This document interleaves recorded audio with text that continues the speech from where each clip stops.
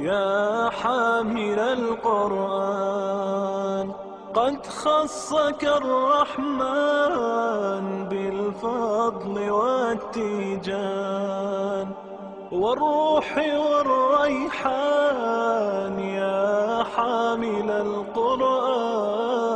نحمدہ ونصلی علی رسولہ الکریم، اما بعد، فاعوذ باللہ من الشیطان الرجیم، بسم اللہ الرحمن الرحیم۔ الحمدللہ فاطر السماوات والارض جاعل الملائکۃ رسلا اولی اجنحۃ مثنی وثلاث ورباع یزید فی الخلق ما یشاء ان اللہ علی کل شیء قدیر۔ صدق اللہ العظیم۔ رب اشرح لی صدری ویسر لی امری واحلل عقدۃ من لسانی یفقہوا قولی واجعل لی وزیرا من اہلی آمین یا رب العالمین۔ فصل فی الامر بالتعہد القرآن والتحذیر من تعریضہ للنسیان۔ اس فصل میں قرآن مجید جو حفظ کیا جائے اس کی حفاظت کا بیان اور بے رخی برت کر اس کو بھول جانا، اس سے بچنے کی تاکید۔ یعنی جس نے قرآن یاد کیا ہے، چاہے مکمل چاہے اس کا کچھ حصہ، اس یاد کیے ہوئے قرآن کو یاد رکھنا، اس کی حفاظت کرنا اور اس کو بھول جانا، یہ ایک گناہ کی چیز ہے، اس کا ذکر ہوگا۔ ثبت عن ابی موسیٰ الاشعری رضی اللہ عنہ عن النبی صلی اللہ علیہ وسلم قال۔ حضرت ابو موسیٰ اشعری رضی اللہ عنہ سے ثابت ہے، وہ روایت کرتے ہیں نبی اکرم صلی اللہ علیہ وسلم سے کہ آپ نے فرمایا، تعاہدوا ھذا القرآن، اس قرآن کی حفاظت کرو، اس کی دیکھ بھال کرو، اس کو سنبھالو۔ فوالذی نفس محمد بیدہ، اس ذات کی قسم جس کے ہاتھ میں محمد صلی اللہ علیہ وسلم کی جان ہے، لہو اشد تفلتا من الابل فی اکولہا، یہ قرآن نکل جانے میں جو اونٹ ہے جو اپنی رسی سے بندھا ہوا ہے اس سے زیادہ تیز ہے۔ یعنی جیسے اونٹ اس کو باندھا بھی جائے تو وہ کوشش کر کے رسی توڑوا کے بھاگ جاتا ہے، قرآن مجید کا دل سے چلے جانا اس سے زیادہ شدید ہے۔ اس کا مطلب کیا ہے؟ قرآن کو یاد کرنے کے بعد یاد رکھنا پڑتا ہے۔ قرآن کا حفظ کسی اور چیز کے یاد کرنے جیسا نہیں ہے۔ مثلا آپ نے کوئی غزل یاد کی، کوئی نظم یاد کی، کوئی شاعری، کوئی کتاب یاد کر لیے یا کوئی تقریر یاد کر لی، اس کا یاد کرنا اور قرآن کا یاد کرنا الگ الگ ہے۔ اس کی وجہ صاف سی ظاہر ہے کہ وہ اللہ کا کلام نہیں ہے، یہ اللہ کا کلام ہے، اور چونکہ یہ اللہ کا کلام ہے تو اس کی روحانی تاثیر بھی ہے، اور چونکہ اس کی روحانی تاثیر بھی ہے تو پھر شیطان کا بھی معاملہ بیچ میں آ جاتا ہے، وہ چاہتا ہے کہ یہ روحانی تاثیر انسان کو حاصل نہ ہو۔ لہذا قرآن کا حفظ کسی عام چیز کے یاد کرنے جیسا نہیں ہے۔ ہو سکتا ہے آپ ایک نظم یاد کر لیں، کوئی اشعار یاد کر لیں تو 20 سال بعد بھی آپ کو ویسے ہی یاد رہیں، لیکن قرآن کا یاد کرنا ایسا نہیں ہے کہ اس کو انسان حفظ کرے اور کئی سال پھر نہ پڑھے اور وہ سمجھے کہ وہ یاد کا یاد ہی رہے گا، ایسا نہیں ہے۔ لہذا جتنا حصہ قرآن کا یاد کیا جائے اس کو دہرانا یاد رکھنے کے لیے ضروری ہے۔ ہاں، کوئی اس کو یاد رکھنے کے لیے دہراتا ہے اور پھر بھی بھول گیا، وہ ایک الگ بات ہے۔ یعنی بعض اوقات کسی کے حافظے میں مسئلہ آ گیا اور کوشش کے باوجود بھی وہ نہیں یاد رکھ پا رہا، تو انسان کے ذمے کوشش ہے۔ بعض لوگ اس لیے حفظ ہی نہیں کرتے کہ بھول نہ جائے، نہیں، یہ کوئی طریقہ نہیں ہے کہ آپ اس لیے قرآن کا کچھ حصہ یاد ہی نہ کریں کو بھول جائے گا۔ ہاں، یاد اتنا کریں جتنا آپ اس کو دہرا سکتے ہو۔ تو بہت آسانی ہے، وہ آسانی یہ ہے کہ نمازوں میں حفظ کیے ہوئے سبق کو دہرایا جائے۔ آپ نے ایک پارہ یاد کیا ہوا ہے تو بڑے آرام سے 2 یا 3 دنوں میں آپ اس ایک پارے کو اپنے نفلی نمازوں میں اور سنتوں میں دہرا سکتے ہیں۔ ٹھیک ہے، ایک ایک رکوع بھی ایک ایک رکعت میں پڑھا جائے تو آپ، یعنی دن میں انسان 12 14 16 رکعت تو پڑھتا ہی، ایون آدھا رکوع بھی پڑھے تو 2 دنوں میں وہ پارہ 16 18 رکوع ہوتے ہیں آن ایوریج ایک پارے میں، تو دہرایا جا سکتا ہے۔ لیکن اگر وہ نمازوں میں نہیں دہرایا جائے گا تو پھر اس کی دوسری صورت یہ ہے کہ پھر تلاوت میں اس کا معمول ہو، کہ ایک معمول عام تلاوت کا ہے کہ سورہ فاتحہ سے شروع کیا ہے اور روزانہ پڑھ رہے ہیں، اور ایک معمول جو حفظ شدہ ہے اس کا ہونا چاہیے۔ تو آسان تو یہی ہے کہ انسان نمازوں میں دہراتا رہے، اور تیسرا درجہ اس کا یہ ہے کہ انسان نے جو قرآن حفظ کیا ہے ایک خاص روٹین سے وہ کسی کو سناتا رہے۔ ایک پارہ یاد کیا ہوا ہے اگر، تو مہینے کی بنیاد پہ کر لے کہ ہر مہینے یا ہر ہفتے جیسے اس کو سہولت ہے، اور سنانے کے لیے ضروری نہیں ہے کہ دوسرا شخص حافظ ہو، اس کو مصحف پکڑایا جائے، وہ مصحف کھول کے بیٹھے اور جس کو یاد ہے وہ سنا لے، کوئی بھی طریقہ اختیار کیا جائے، لیکن جو قرآن یاد ہے اس کو یاد رکھنا ضروری ہے۔ اور اگر کوئی کچھ بھی نہیں کرے گا تو حدیث کیا بتا رہی ہے کہ پھر وہ اس کے حافظے سے بڑی تیزی سے نکل جائے گا۔ وعن ابن عمر رضی اللہ عنہما ان رسول اللہ صلی اللہ علیہ وسلم قال، حضرت عبداللہ بن عمر رضی اللہ عنہما فرماتے ہیں کہ رسول اللہ صلی اللہ علیہ وسلم نے فرمایا، انما مثل صاحب القرآن، کہ اس شخص کی مثال جو صاحب القرآن ہے، اور یہاں صاحب القرآن سے مراد جس نے قرآن یاد کیا ہے، کمثل صاحب الابل المعلقہ، اس شخص کی ہے جس نے اونٹ کو باندھا ہوا ہے، جس کے پاس ایک بندھا ہوا اونٹ ہے، ان آہد علیہا، اگر وہ اس کی نگرانی رکھے گا، امسکہا تو اس کو روکے رکھے گا، وَإِنْ أَطْلَقَهَا، اور اگر اس نے اس کو چھوڑ دیا، ذہبت تو کیا ہوگا، وہ چلا جائے گا۔ اور آپ کو یاد ہوگا توبہ کی جو فضیلت ہے اس سے متعلق جب احادیث پڑھی جاتی ہیں تو اس میں ایک حدیث آتی ہے کہ ایک شخص جو ہے وہ دور دراز سفر پہ جاتا ہے، اور اس کے سواری کے اوپر اس کا کھانا پینا بھی ہے، اور وہ ایک درخت کے نیچے آرام کرنے کے لیے لیٹتا ہے، اور اس کی آنکھ لگتی ہے اور آنکھ کھلتی ہے تو دیکھتا ہے کہ سواری نہیں ہے۔ تو اگر کوئی شخص اونٹ پہ جا رہا ہے اور وہ کہتا ہے کہ بھائی اس نے کہاں جانا ہے، یہ چر ہی تو رہا ہے، میں چھوڑ دیتا ہوں، تو اونٹ پھر نہیں ٹکتا، ٹھیک ہے نا، وہ نکل جائے گا۔ تو یہاں بھی وہ بار بار مثال دی جا رہی ہے کہ جو اونٹ ہے اس کو باندھ کے رکھنا پڑے گا، اور اس کو اس کے اوپر نظر رکھنی پڑے گی، اور اگر کوئی شخص کو ڈھیلا چھوڑ دے، کھلا چھوڑ دے، تو چاہے کتنے سالوں سے اس نے رکھا ہوا تھا کوئی پتہ نہیں وہ نکل جائے۔ وعن انس بن مالک رضی اللہ عنہ قال قال رسول اللہ صلی اللہ علیہ وسلم، اریزت علی اجور امتی، اللہ کے رسول صلی اللہ علیہ وسلم فرمایا میرے سامنے پیش کیے گئے میری امت کے اجر، حتی القذات یخرجها الرجل من المسجد، یہاں تک کہ وہ گندگی جس کو وہ مسجد سے نکالتا ہے۔ اس کا مطلب کیا ہے؟ اب ظاہر ہے وقت کے لحاظ سے اور ماحول کے لحاظ سے اس کی ڈیفینیشن مختلف ہوگی۔ ایک زمانہ تھا کہ جو مسجد ہوتی تھی اس میں یہ قالین نہیں ہوتے تھے اور اتنے نفیس قسم کے وہاں پہ معاملات نہیں تھے، تو تب اور نوعیت کی کوئی گندگی وہاں ہوگی۔ اب چونکہ یہ سب چیزیں ہیں، خیر لوگوں کی عقل پھر بھی جو ہے وہ وہیں کی وہیں ہے، تو جگہ کے لحاظ سے اب جیسے پہلے زمانے میں شاید گٹھلی کوئی بڑا مسئلہ نہیں تھا، لیکن اب اکثر حرمین میں تو خاص طور پہ ایسا ہوتا ہے کہ آپ نماز پڑھنے لگتے ہیں تو آپ دیکھتے ہیں کہ گٹھلیاں پڑی ہوئی ہیں، لوگ کھجور دیتے ہیں، وہ کھا کے گٹھلی وہاں پہ صف پہ چھوڑ دیتے ہیں۔ تو اب کسی نے وہ گٹھلی بھی اٹھا لی اور اپنے پاس رکھ لی یا اٹھا کے ڈسٹ بن میں ڈال دی، تو کہا کہ یہ بھی مجھے نیکی دکھائی گئی کہ یہ میری امت کے لوگ یہ نیکی کر رہے ہیں۔ اور جیسے ہمیں روایات میں بتایا گیا نا کہ نیکی کو حقیر نہیں جاننا چاہیے، جو کم سے کم بھی نیکی میسر آ گئی وہ کرنی چاہیے۔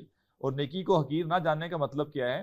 اگر تو آپ کے پاس دو نیکیاں کرنے کا آپشن ہے کہ ایک وقت میں آپ ایک نیکی کریں، یہ والی یا دوسری والی کریں، تب آپ کیا کریں گے؟ جو بڑی نیکی ہے وہ کریں گے۔ لیکن ایک وہ ہے جہاں پہ ایک نیکی کرنے کا موقع ملا اور آپ نے کہا یہ کون سی بڑی نیکی ہے، تو یہاں کہا گیا کہ نیکی کو حقیر نہ جانا جائے۔ تو مسجد میں جب آپ جائیں اور آپ دیکھیں کہ کوئی بھی ایسی چیز جو نماز میں خلل پیدا کر سکتی ہے یا مسجد کی صفائی ستھرائی میں خلل پیدا کر سکتی ہے، اس کو وہاں سے ہٹائیں، اور یہ حدیث ذہن میں رکھ لیں کہ یہ بھی ایک ایسی نیکی ہے جو کہ اللہ کے نبی صلی اللہ علیہ وسلم کو دکھائی گئی تھی کہ یہ امت میں یہ نیکی پائی جاتی ہے۔ وَأُرِزَتْ عَلَيَّ ذُنُوبُ أُمَّتِي، اور میرے سامنے پیش کیے گئے میری امت کے گناہ، فَلَمْ أَرَى ذَنْبًا أَعْظَمَ مِنْ سُورَةٍ مِنَ الْقُرْآنِ أَوْ آيَةٍ أُوتِيَهَا رَجُلٌ ثُمَّ نَسِيَهَا، تو میں نے اس کے سب سے بڑے گناہوں میں پایا کہ وہ سورت جو یا آیت جو اس نے یاد کی تھی قرآن میں سے اسے عطا کی گئی تھی، پھر وہ اسے بھول گیا، پھر اس نے اسے بھلا دیا۔ تو گویا یہ چھوٹا گناہ نہیں۔ اور یہاں گناہ سے مراد ہے کہ وہ سورت یا آیت جس کو انسان اپنی غفلت سے، اپنی لاپرواہی سے بھول جائے۔ اگر عمر بڑھتے بڑھتے انسان کا حافظہ متاثر ہو رہا ہے اور وہ کوشش کرتا ہے لیکن نہیں یاد رہتی، تو یہ انسان کا یعنی اس میں انسان کا قصور نہیں ہے، لیکن چھوڑ دیا، اس کو پڑھتا ہی نہیں ہے، دہراتا ہی نہیں ہے، تو پھر یہ اس کا قصور ہے۔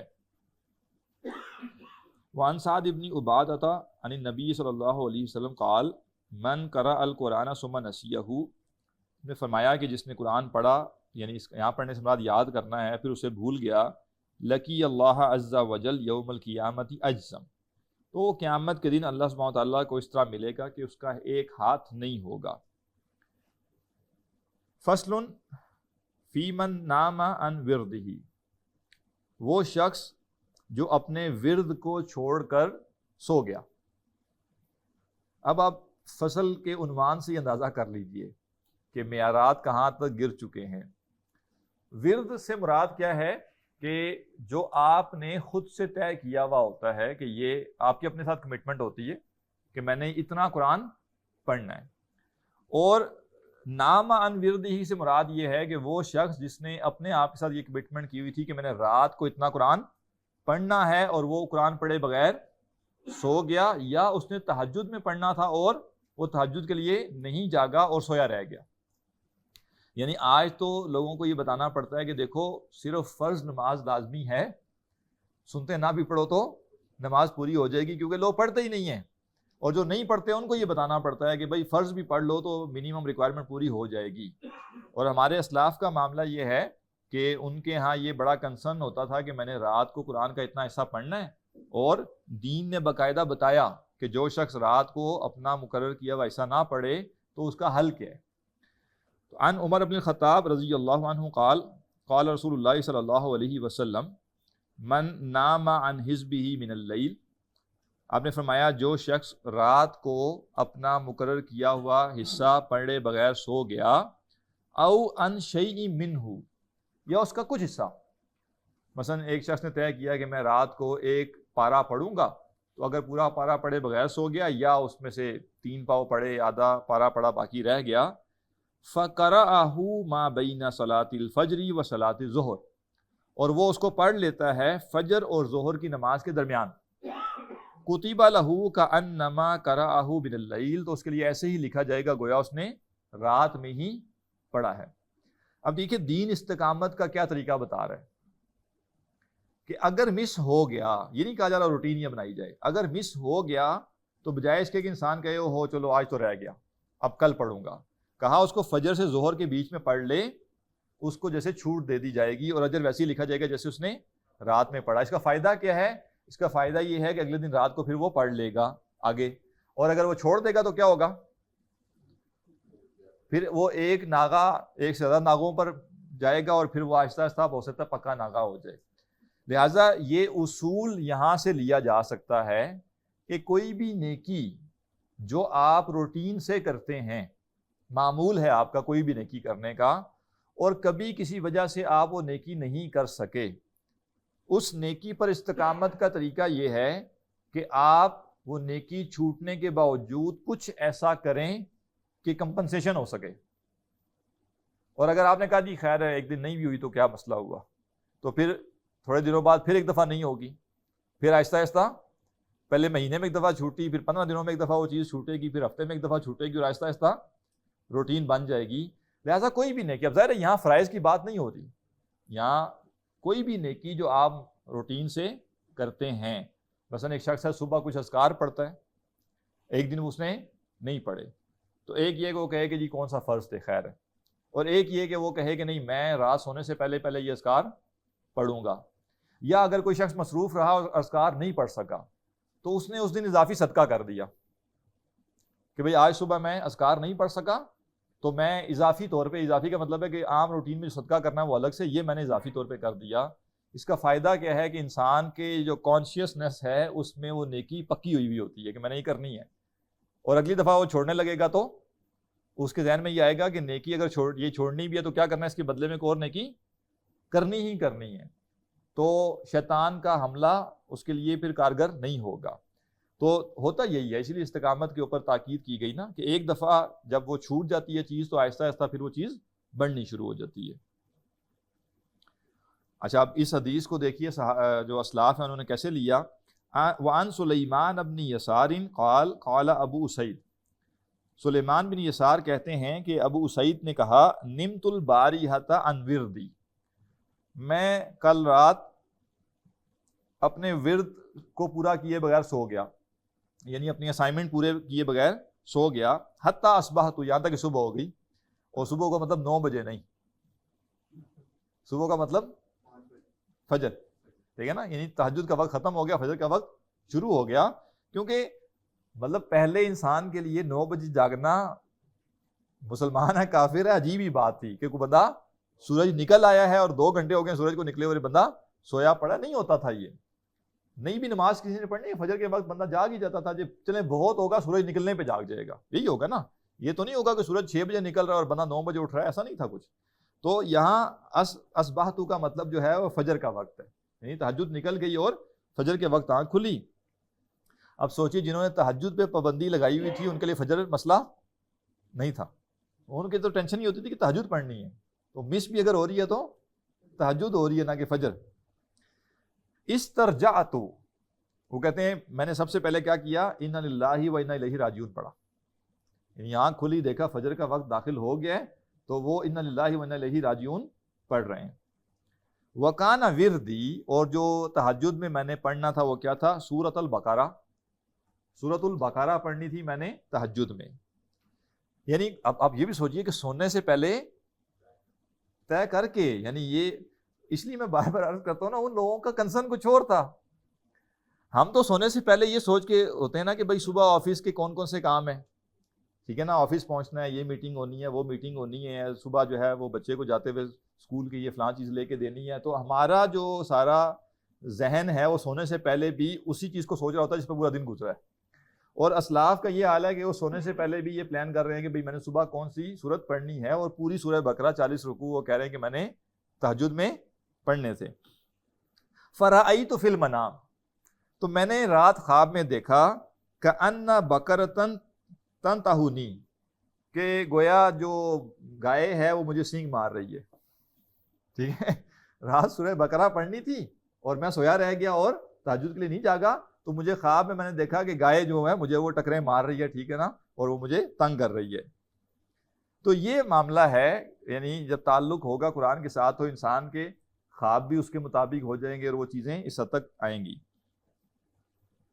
وَرَوَا ابن ابی دنیا عن بعض حفاظ القرآن، اور ابن ابی دنیا جو ہے انہوں نے بعض قرآن کے جو حفاظ تھے ان سے روایت کیا، انہ نام لیلۃ عن حزبہ، کہ وہ رات کو اپنا وہ حصہ جو انہوں نے پڑھنا تھا وہ پڑھے بغیر سو گئے، فرآ فی منامہ، تو انہوں نے نیند میں یعنی خواب میں دیکھا کأن قائلا یقول، کہ کوئی شخص یہ کہہ رہا ہے عجبت من جسم و من صحت، بھائی بڑی حیرانگی والی بات ہے، یہ دیکھو جسم، جسے ہم کہتے ہیں نا ہمارے ہٹا کٹا، ٹھیک ہے نا، ہم تو صحت مند آ گئے، ابھی ہٹے کٹے ہو تمہیں کیا مسئلہ ہے، تو کہہ رہے ہیں کہ ایک بندہ مجھے خواب میں کہہ رہا ہے عجبت من جسم و من صحت، تو ہٹا اور کٹا، ٹھیک ہے، من جسم و من صحت، کہ بھائی ٹھیک ٹھاک بندہ ہے، صحت مند بندہ ہے، ومن فتن نام الی الفجر، اور وہ جوان جو فجر تک سویا پڑا ہے،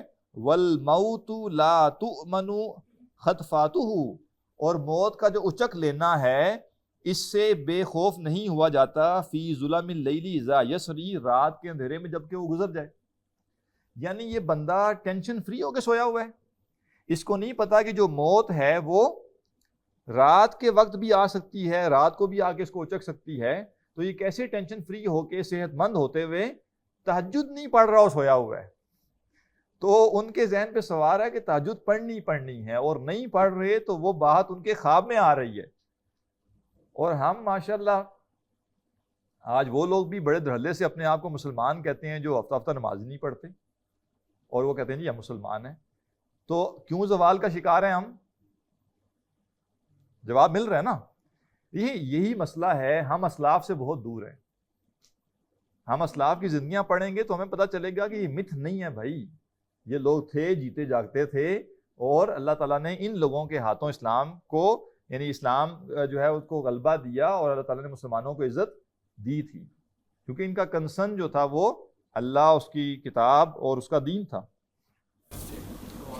جی جی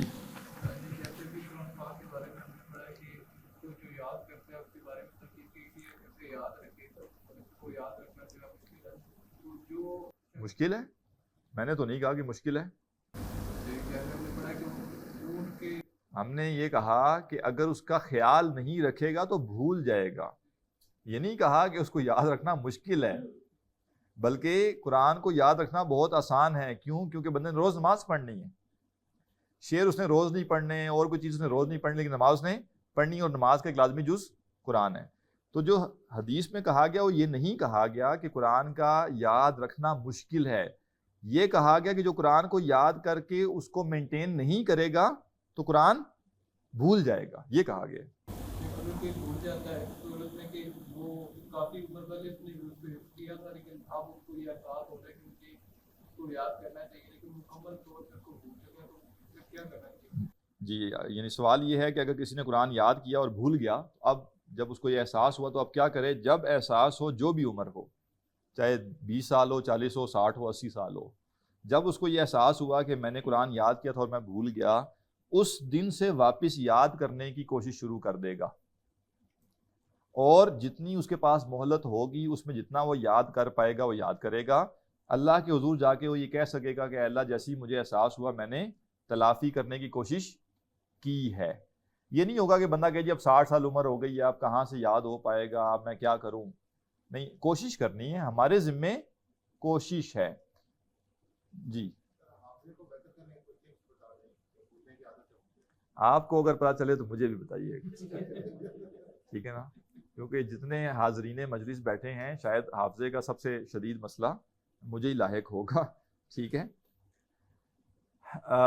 اگر یعنی پہلے حافظے کا جو مسئلہ ہوتا تھا اس کی وجوہات نسبتاً مختلف تھی، پہلے سے مراد 15-20 سال پہلے.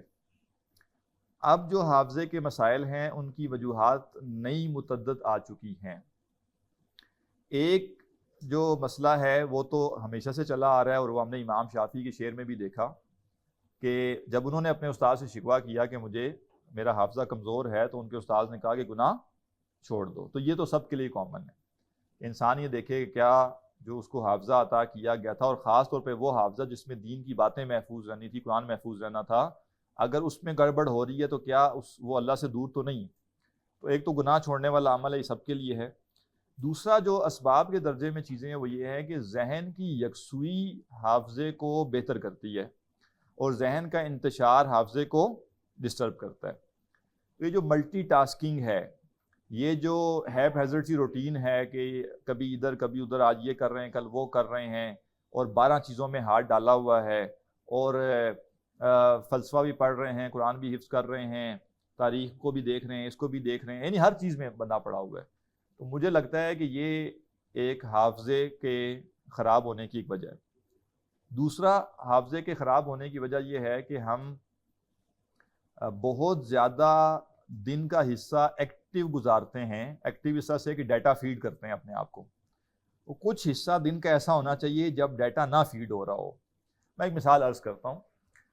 مطلب میں خود ان امراض کا شکار ہوں، ایسا نہیں ہے کہ میں آپ کو سنا رہا ہوں، میں خود ان امراض کا شکار ہوں، اور بڑے عرصے بعد مجھے کچھ امراض کا پتہ چلا، اور کوشش کی جاتی ہے کہ اس سے بندہ بچے، اور لیکن اسے کہتے ہیں لت لگ جائے نا جس مرض کی، ٹھیک ہے، تو اس سے نکلنا بھی مشکل ہے. جیسے آج صبح میں انٹرنیٹ کا جو پیکیج ہے وہ کچھ مہینوں سے میرے ساتھ یہ ہو رہا ہے، چونکہ ٹیکسٹ میسیج میں دیکھتا ہی نہیں ہوں بالکل، کبھی آئی نہیں کسی کا کوئی کام کا میسیج کہ بندہ ٹیکسٹ میسیج کھول کے دیکھے. زیادہ تر یہ ہوتے ہیں کہ یہ ٹیون لگا لیں، یہ کر لیں، وہ کر لیں. تو یہ عادت بن گئی ہے ٹیکسٹ میسیج نہ دیکھنے کی، ٹھیک ہے. یعنی کوئی بندہ کرتا ہی نہیں ہے عام طور پہ ٹیکسٹ میسیج، جو کرتا ہے وہ واٹس ایپ کرے گا، تو عادت نہیں. تو وہ آتا ہے میسیج کہ آپ کا پیکیج ختم ہونے والا ہے، اور وہ چونکہ میں نے دیکھا ہی نہیں، تو ہر دفعہ یہ ہوتا ہے کہ صبح اٹھ کے پتہ چلتا ہے کہ پیکیج نہیں. تو میں صبح اٹھ کے پہلے خیر یہاں بصیرہ آیا، فیملی کو ڈراپ کیا، یہاں سے میں نے آفس جانا تھا، تو میں سوچ رہا تھا کہ ایک لیکچر ہے وہ میں سنوں گا جاتے ہوئے. تو اتفاق سے میں یہاں سے جب نکلا تو پیکیج پھر بھی نہیں کیا. یعنی یہاں وائی فائی تھا لیکن میں نے نکلتے ہوئے بھول گیا اور پیکیج نہیں کیا. اب میں وہ کھولنے لگا تو مجھے اندازہ ہوا کہ پیکیج نہیں ہے. تو ایک آپشن تھا کہ میں تھوڑا سا پیچھے آتا اور وائی فائی کنیکٹ کر کے، میں نے کہا یار آج سکون کرتے ہیں، نہیں ٹھیک ہے دینی لیکچر جو بھی ہے لیکن چھوڑ دیتے ہیں. یعنی تو مجھے یعنی رستے میں بڑا سکون رہا. تو یہ ہم کیا کرتے ہیں، ہم یہ سوچتے ہیں کہ دیکھیں میں اچھا کام کر رہا ہوں، ہر وقت انگیج کہ اب میں لیکچر سن رہا ہوں، اب میں کتاب پڑھ رہا ہوں، میں یہ کر رہا ہوں، میں وہ کر رہا ہوں. تو اتنا اوور انگیج ہونا، ہاں ایک چیز میں ہے پھر ٹھیک ہے، صبح سے لے کر رات تک مطالعہ کر رہے ہیں، اس کا ایفیکٹ اتنا نہیں ہوگا. لیکن ابھی میں لیکچر سن رہا ہوں، ابھی میں نے خبریں دیکھنا شروع کر دی، ابھی میں کسی سے بات چیت شروع ہو گیا، ٹھیک ہے، ابھی یہ چیز شروع ہوگی، ابھی ڈسکشن ہوگی، ابھی میں نے آفس کا کام شروع کر دیا، اب میں حساب کتاب کرنے بیٹھ گیا. نارمل انسان یہ کبھی بھی نہیں کرتا تھا. کھیتی باڑی کرنے والا دن کا 4-6 گھنٹے 8 گھنٹے کھیتی باڑی کرتا تھا، حساب کتاب کرنے والا دن کے 4-6 گھنٹے حساب کتاب کرتا تھا. اب ایک عام انسان بھی بیچارہ، وہ دن میں اکاؤنٹنٹ بھی بنا ہوا ہے، ٹھیک ہے، وہ دن میں اینالسٹ بھی بنا ہوا ہے، وہ پتہ نہیں کتنے کھکیڑ ہیں جو ہم سب پہ ڈال دیے گئے. اور اس سارے کے اوپر جو مستعد ہے یہ جو ریلز اور شارٹس اور یہ جو کلچر ہے نا، اس نے دماغوں کو بالکل فارغ کر دی ہے. یعنی آدھا گھنٹہ بھی اگر ایک شخص ریلز کو ایسے چلاتا جائے گا تو بیک وقت وہ خوشی کی بات بھی دیکھ رہا ہے، غمی کی بات بھی دیکھ رہا ہے، دینی بات بھی دیکھ رہا ہے، دنیاوی بات بھی دیکھ رہا ہے، ہنسی مذاق بھی دیکھ رہا ہے، سیریس چیز بھی دیکھ رہا ہے. یہ یعنی کو پاگل انسان ہی بازی کا ہو سکتا تھا جو آدھے گھنٹے میں 20 قسم کے ڈفرنٹ ایموشنل اور اس چیز سے گزرے. لیکن آج ہے اسی میں غزہ کی ویڈیو بھی آ رہی ہے، اسی میں اس کو جو ہے وہ کوئی ناچ گانا بھی دکھ جائے گا، اسی میں اس کو جو ہے کھیل کود بھی دکھ جائے گی، اسی میں کوئی مقرر صاحب بھی آ کے کر رہے ہوں گے، اسی میں کوئی لطیفہ بھی آ جائے گا. یہ نارمل انسان نہیں ہے. اور مجھے لگتا ہے کہ جیسے اگر یہ کلچر چلتا رہا تو نیم پاگل تو ہر شخص ہی ہوگا. مستقبل قریب میں نیم پاگل تو ہر شخص ہوگا، کہ یعنی یہ نارمل نہیں ہے نا. کم از کم بندے کو 1 گھنٹہ آدھا گھنٹہ کسی ایک حالت پہ گزرنا چاہیے نا اس کا. تو ایکٹیویٹی کو کم کرنا بھی مجھے لگتا ہے ضروری ہے کہ ہم اپنی ایکٹیویٹیز کو کچھ اسٹریم لائن کریں، ایک ٹائم پہ ایک کام کر رہے ہوں اور ایک دن میں 2 یا 3 کام ہی کریں، ٹھیک ہے نا. دن میں 76 کام اکٹھے کر کے کرنا اور بار بار اپنے آپ کو آگے پیچھے کرنا یہ مناسب نہیں ہے. تو موبائل ایک بڑی وجہ ہے حافظوں کی خرابی کا، اور موبائل کی بڑی وجہ ہونے کی ظاہر ایک پہلو تو اس میں گناہ کا ایلیمنٹ بھی ہے کہ جو کچھ نگاہوں سے گزرتا ہے نہ چاہتے ہوئے بھی وہ، اور دوسرا انفارمیشن کا وہ انبار اور بیک وقت 150 قسم کے معاملات جو ایٹ اے ٹائم چل رہے ہوتے ہیں، اور آنکھ کھلنے سے رات سونے تک کنٹینیوس انگیجمنٹ، یہ بہرحال انسانی زندگی کے لیے بہت عجیب و غریب ہے. تو اس سے بھی بچیں تو شاید حافظہ بہتر ہو سکتا ہے.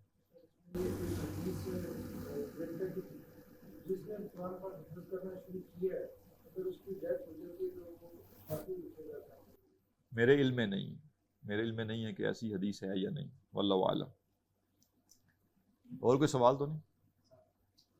ہاں جی. وہ سر پچھلی فصل میں ہم نے پڑھا کہ حافظ قرآن کے بارے میں نا، تو اوپر آیا تھا کہ صاحب قرآن، جی وہاں پہ سر ترجمہ آپ نے کیا کہ جو حافظ قرآن جو قرآن کو حفظ کرتا ہے، جی جی اور بالکل لاسٹ میں جو حدیث ہے اس میں من قرأ القرآن، جی جی تو اس سے مراد بھی حافظ قرآن ہے یا جو قرآن کو پڑھنے والا ہے؟ جی دیکھیں، نسیہ کا لفظ جو آ گیا وہ بتا رہا ہے کہ قرأ کے معنی یہاں پڑھنے کے نہیں بلکہ حافظے کے ہیں. یعنی حفظ کیا تو نسیہ آیا نا. تو جو کلام ہوتا ہے وہ کانٹیکسٹ سے اس کے میننگ طے ہوتے ہیں. تو ایک تو اوپر ٹائٹل ہے، امام نووی نے ایک عنوان باندھ دیا، اس سے پتہ چل رہا ہے کہ اس میں جو وہ روایات لا رہے ہیں وہ ان کی مراد یہاں پہ حافظہ ہے. دوسرا خود حدیث کے اندر جو مضمون ہے وہ بتا رہا ہے کہ بات ساری حفظ کر کے بھول جانے کی ہو رہی ہے، تو لہذا اصل میں مراد حفظ کرنا ہے. ٹھیک ہے جی. اور کوئی؟ بس کافی ہو گئی. الباب السادس، 6واں باب، فی آداب القراءۃ وہو معظم الکتاب و مقصودہ. یہ جو 6واں باب ہے اس میں قرآن کی قراءت کے آداب بیان ہوں گے، اور وہ کہہ رہے ہیں کتاب کا بڑا حصہ ہے اور بہت طویل باب ہے. یہ سب سے شاید بڑا باب یہی ہے اس کتاب کا، اور اس کتاب کا وہ کہہ رہے ہیں اصل مقصود یہی باب ہے. ھذا الباب ہوا مقصود الکتاب، یہ باب کتاب کا اصل مقصود ہے. وہوا منتشر جداً، اور یہ جو مضمون ہے یہ بہت طویل ہے اور بہت پھیلا ہوا ہے. وانا اشیر الی اطراف من مقاصدہ، اور میں اس کے لب لباب کو اشارے میں بیان کروں گا، یعنی مختصر بیان کروں گا. کراہت الاطالۃ، طوالت کے خوف سے، مطلب اس اندیشے سے کہ بھئی بہت بات لمبی نہ ہو جائے. وخوفا علی قاریہ من الملالہ، اور اس اندیشے سے کہ جو پڑھنے والا ہے وہ تھک نہ جائے اور اس کی دلچسپی کم نہ ہو جائے.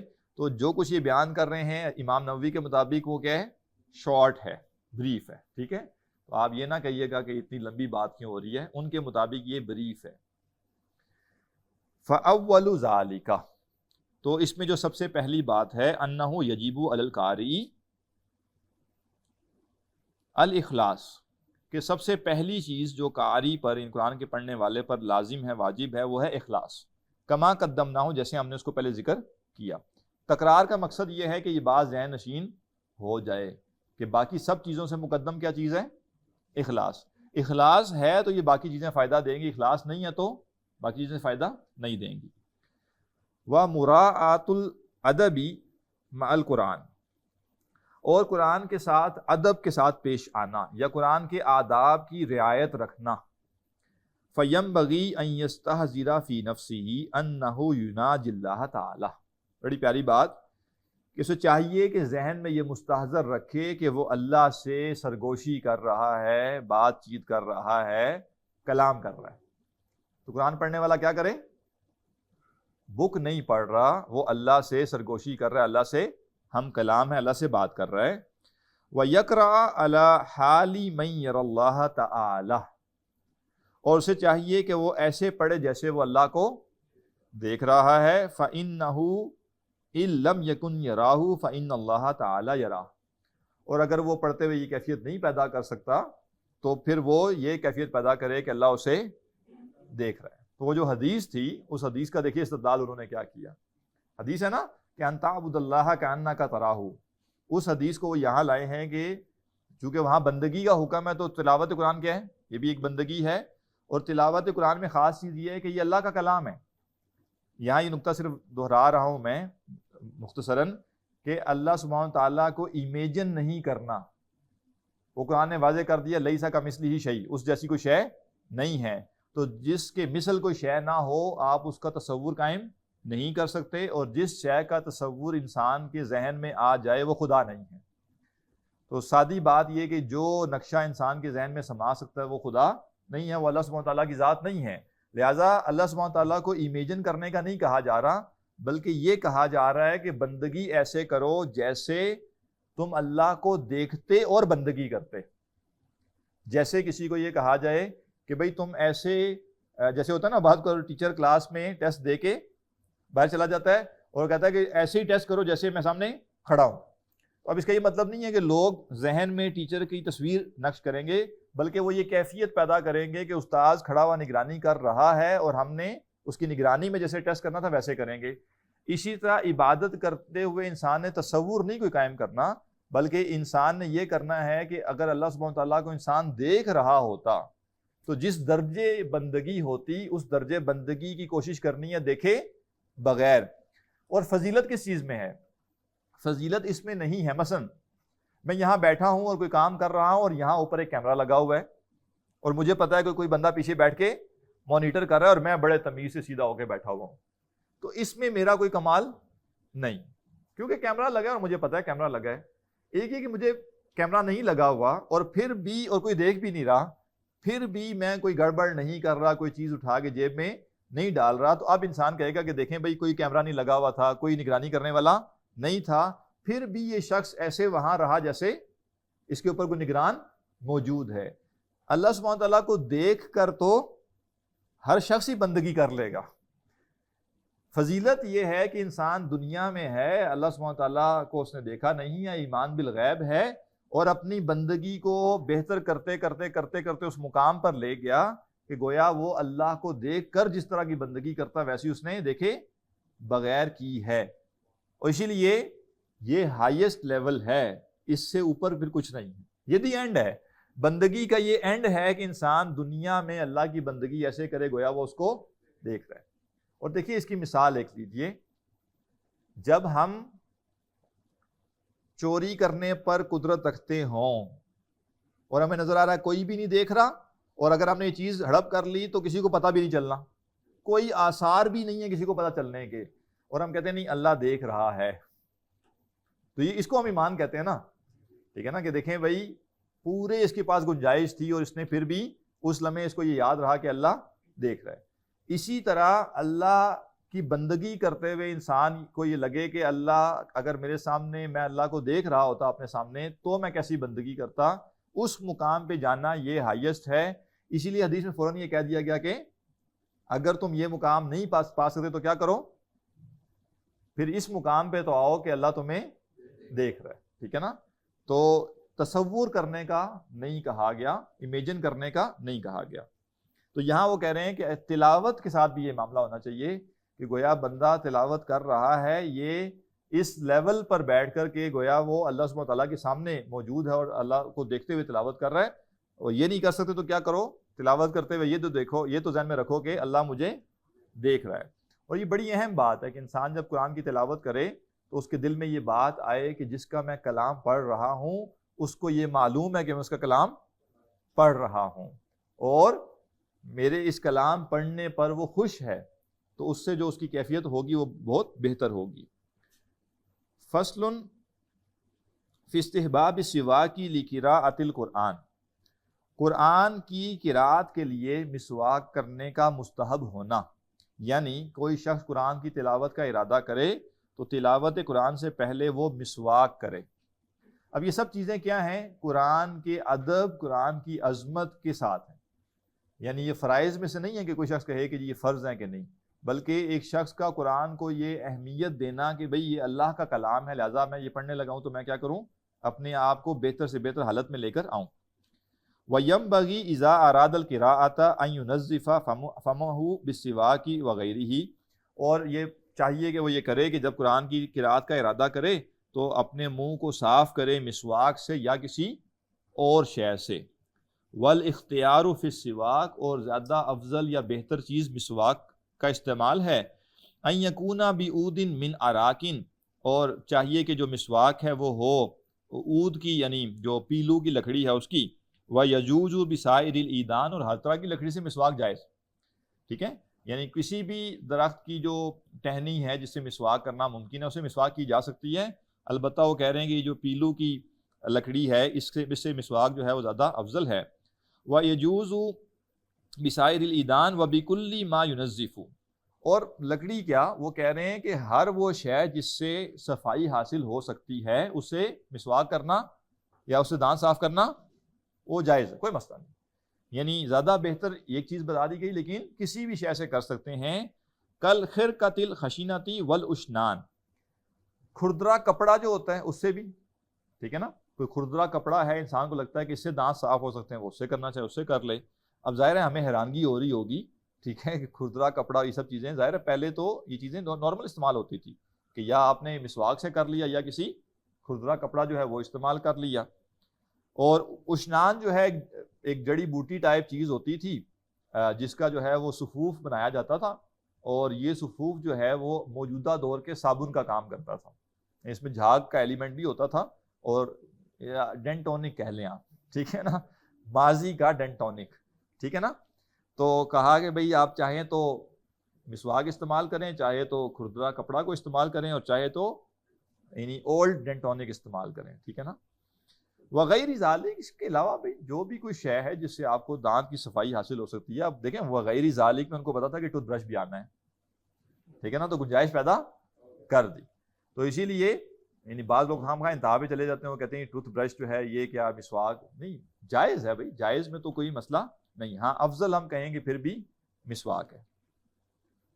وفی حصولہ بالاصبع الخشنۃ ثلاثۃ اوجہ لاصحاب الشافعی رحمہ اللہ. اور جو انگلی ہے اس کے ذریعے کرنا مسواک، اس کے بارے میں وہ کہتے ہیں کہ جو اصحاب الشافعی ہیں ان کے ہاں 3 طرح کی وہ ہے آراء ہیں. اشہرھا، اس میں سے جو مشہور رائے ہے وہ یہ ہے کہ انہ لا یحصل، کہ یعنی انگلی سے مسواک کرنا، یعنی کوئی شے استعمال کرنے کے بجائے انسان انگلی جو ہے وہ دانتوں پر پھیر رہا ہے. تو ایک رائے جو مشہور رائے ہے وہ کہتے ہیں کہ اس سے مسواک والی فضیلت حاصل نہیں ہوتی، انگلی سے حاصل نہیں ہوتی. والثانی، دوسری رائے ہے کہ یحصل، نہیں جی وہ کہتے ہیں انگلی سے بھی کر لیں تو تب بھی ٹھیک ہے. والثالث، تیسری رائے ہے یحصل ان لم یجد غیرھا، کہ اگر وہ کوئی اور شے نہ پائے اور پھر وہ انگلی سے مسواک کرے تو کیا ہوگا، پھر اس کو فضیلت حاصل ہو جائے گی. ولا یحصل ان وجدا، لیکن مسواک جیب میں رکھ کے اس کی سیونگ کر رہا ہے اور انگلی کا استعمال کر رہا ہے مسواک کرنے کے لیے، تو کہا جائے گا اب حاصل اس کو فضیلت نہیں ہوئی۔ گویا یہ تیسری رائے کیا کہہ رہی ہے کہ کچھ بھی نہیں ہے تو اپنی انگلی کے ذریعے ہی اس انگلی کو دانتوں پہ پھیر دیا جائے تاکہ وہ مسواک والی کیفیت حاصل ہو سکے۔ وَيَسْتَاكُ أَرْضًا مُبْتَدِيًا بِالْجَانِبِ الْأَيْمَنِ مِنْ فَمِهِ، اور طول اور عرض، تو عرض سے جو ہے وہ مسواک کرے دائیں بائیں، اور دائیں جانب جو ہے وہاں سے شروع کرے من فمیہ منہ سے، وَيَنْوِي بِهِ الْإِتْيَانَ بِالسُّنَّةِ، اور مسواک کرتے ہوئے کیا کرے؟ نیت کرے سنت کی ادائیگی کی، ٹھیک ہے نا بھئی، وہ کیٹانو آ جاتے ہیں دانتوں میں اس لیے میں مسواک کر رہا ہوں، تو کیٹانو بھی چلے جائیں گے، مسواک کرنے سے کیٹانو بھی چلے جائیں گے، لیکن نیت کیٹانو کی نہیں کرنی، نیت کس کی کرنی ہے؟ سنت کی، ٹھیک ہے۔ تو بڑی اہم بات ہے کہ آپ دیکھیں نا کتنے لوگ ہیں بڑے روٹین سے برش کریں گے، سب کچھ ہوگا، لیکن ان کی نیت صرف صفائی حاصل کرنے کی ہے، تو اگر ہم سنت کی نیت کریں گے تو اجر سنت کا حاصل ہوگا، اور ساتھ میں جو ضرورت ہے وہ بھی پوری ہو جائے گی۔ قال بعض العلماء، بعض علماء کہتے ہیں یقول عند السواک، مسواک کرتے ہوئے شخص کو چاہیے کہے اللہم بارک لی فیہ یا ارحم الراحمین، اے اللہ میرے لیے اس میں برکت پیدا فرما، اے سب رحم کرنے والوں سے بہتر رحم کرنے والے۔ قال الماوردی من اصحاب الشافعی، امام الماوردی جو ہیں امام شافعی کے ساتھیوں میں سے، اصحاب الشافعی میں سے، وہ کہتے ہیں یستحب ان یستاک فی ظاہر الاسنان و باطنہا، مستحب یہ ہے کہ وہ مسواک کرے دانتوں کے سامنے کی طرف بھی اور اندر کی طرف بھی، یعنی دونوں طرف مسواک کرے۔ وَيُمِرَّ السِّوَاكَ عَلَىٰ أَطْرَافِ أَسْنَانِهِ، اور دانتوں کے اطراف جو ہیں ان پہ بھی وہ مسواک کرے۔ وَكَرَاسِي أَزْرَاسِهِ وَسَقْفِ حَلْقِهِ وَإِمْرَارًا رَفِيقًا، اور وہ دانتوں کے علاوہ جو ہے تالو جو ہے اس پہ بھی وہ کرے، یعنی کہہ رہے ہیں کہ پورا جو منہ ہے پورے منہ کو صاف کرنا چاہیے، نہ کہ صرف دانت اور صرف دانتوں کا ظاہر، تو یعنی تالو بھی اور سارے جو منہ کے حصے ہیں ان ساروں میں جو ہے وہ کیا جائے، مسوڑے جو ہیں ان کے ساتھ بھی، لیکن وہ کہہ رہے ہیں کہ نرمی سے، ٹھیک ہے نا، یہ نہ ہو کہ آپ ڈینٹسٹ کے بعد میں بیٹھے ہوں کہ بھائی اب جو ہے نا سٹیچز لگا دیں آپ، ٹھیک ہے، تو یعنی شریعت کے جو احکامات ہیں ان کی تعمیل کا جو انداز ہوتا ہے اس میں شریعت یہ رعایت کرتی ہے کہ انسان کچھ خود بھی احساس کرے گا، ٹھیک ہے نا۔ مثلا شریعت نے کہا کہ شہد میں شفا ہے، تو شریعت نے ساتھ میں یہ نہیں بتایا کہ 1 ٹیبل سپون میں ہے یا 2 میں ہے، تو یہ انڈرسٹوڈ سمجھا گیا کہ انسان کو پتہ ہوگا کہ کتنا استعمال کرنا ہے۔ یا کہا گیا کہ جی کلونجی جو ہے اس میں اس کے یہ فائدے ہیں، اس کا یہ مطلب نہیں ہے کہ کلونجی کی روٹی بنا کے کھا لیں، ٹھیک ہے نا، تو یعنی اعتدال یا اس کا جو استعمال کا طریقہ ہے وہ بندے نے خود سمجھنا ہے، تو یہاں پہ وہ کہہ رہے ہیں کہ نرمی سے کریں یہ۔ قالوا وینبغی ان یستاک بعود متوسط لا شدید الیبوس ولا شدید الرطوبہ، وہ کہہ رہے ہیں کہ چاہیے کہ جو مسواک ہو نا وہ درمیانی ہو، نہ بہت سخت ڈرائی ہو، خشک ہو، اور نہ بہت ہی رطوبت والی ہو، بالکل تازی جو ہے بہت زیادہ رطوبت والی وہ بھی مناسب نہیں ہے، بالکل جو ڈرائی ہے وہ بھی مناسب نہیں۔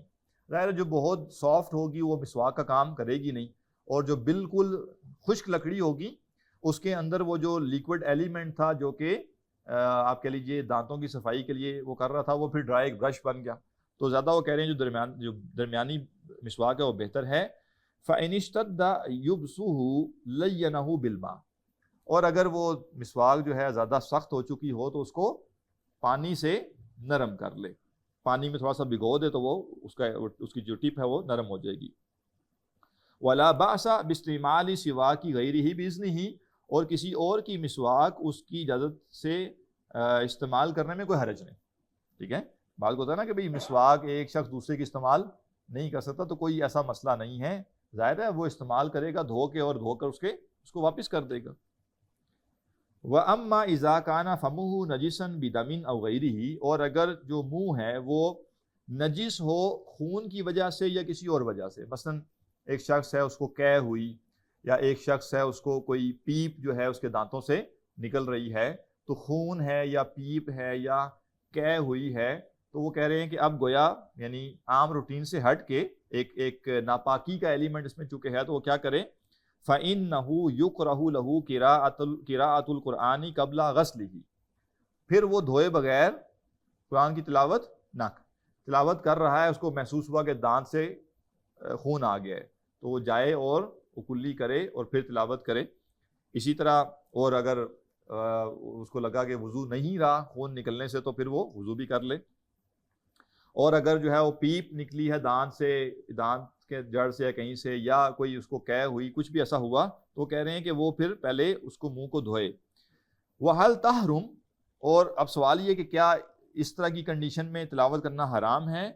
قال الرویانی من اصحاب الشافعی عن والدہ، تو رویانی جو ہیں امام شافعی کے ساتھیوں میں سے، وہ اپنے والد سے روایت کرتے ہیں کہ وہ کہتے ہیں یحتمل وجہین، کہ اس میں دونوں طرح کی آراء ہیں۔ بعض کہتے ہیں کہ جائز ہی نہیں، اگر خون نکل آیا منہ سے تو اس کو دھوئے بغیر جو ہے تلاوت جائز ہی نہیں ہے، اور بعض لوگ کہتے ہیں کہ کیا ہے، جائز۔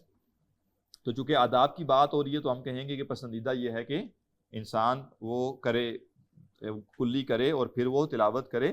باقی جہاں تک رہا معاملہ کہ تلاوت بغیر وضو کے ہو سکتی ہے یا نہیں، تو وہ آگے آ رہا ہے، ٹھیک ہے، اگلی جو بات ہے وہ اسی سے متعلق ہے، اس میں انشاءاللہ ہم یہ دیکھ لیں گے۔ سبحانک اللہم و بحمدک، نشہد ان لا الہ الا انت، نستغفرک و نتوب الیک۔